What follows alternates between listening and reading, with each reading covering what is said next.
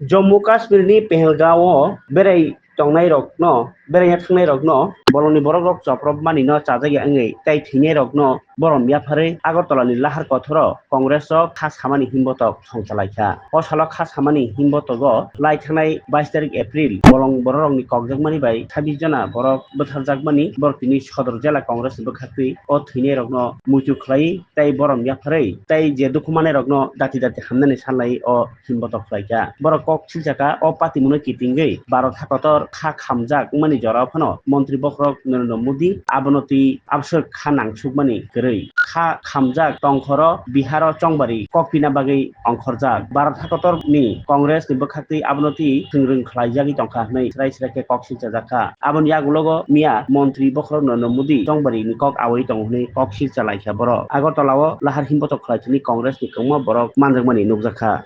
গত 22 এপ্রিল জম্মু কাশ্মীরের পেহেলগামে সন্ত্রাসবাদীদের আক্রমণে 28 জন পর্যটক নিহত হয়। আমরা সদর জেলা কংগ্রেসের পক্ষ থেকে নিহতদের শ্রদ্ধাঞ্জলি জ্ঞাপন করছি এবং ওদের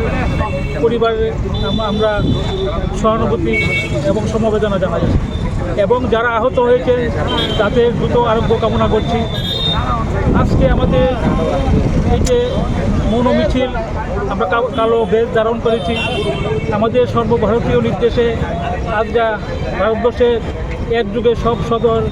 জেলার মধ্যে আমাদের এই প্রোগ্রাম মৌন মিছিল। আমরা লক্ষ্য করেছি যে সারা ভারতবর্ষে যখন স্তম্ভিত শোকাহত তখন আমাদের প্রধানমন্ত্রীর মধ্যে কোনো সহমর্মিতা নেই, কারণ একদিকে জনগণ শোকাহত আরেকদিকে আমাদের প্রধানমন্ত্রী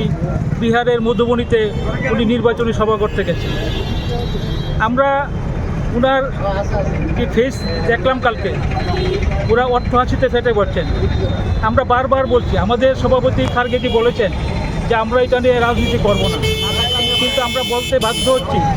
যে আমরা বলেছি যে এটা একটা সুপরিকল্পিত একটা প্ল্যান। কারণ কেন বলছি আমরা, কারণ যেখানে একটা বাচ্চা শিশু বন্দুক নিয়ে যেতে পারে না, খেলনা বন্দুক, সেখানে আমরা দেখতে পাচ্ছি চারটা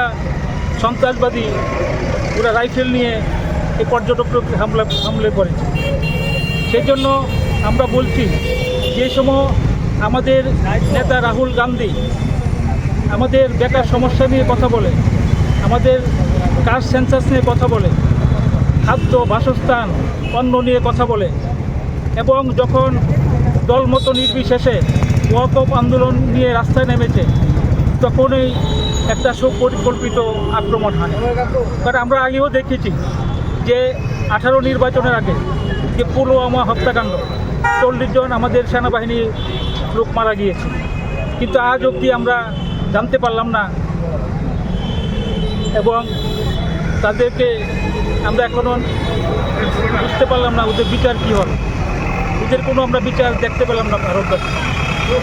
দেখতে 5-7 বছর হয়ে গেল। সেই জন্য আমরা সদর জেলা কংগ্রেসের পক্ষ থেকে আমরা সরকারের কাছে দাবি জানাচ্ছি, যেখানে একটা মাছি গলতে পারে না সেখানে কীভাবে উগ্রপন্থী হামলা করে তার সঠিক আমরা বিচার চাই এবং যারা নিহত হয়েছেন তাদের পরিবার পরিজনদের আমরা আর্থিক সাহায্য চাই।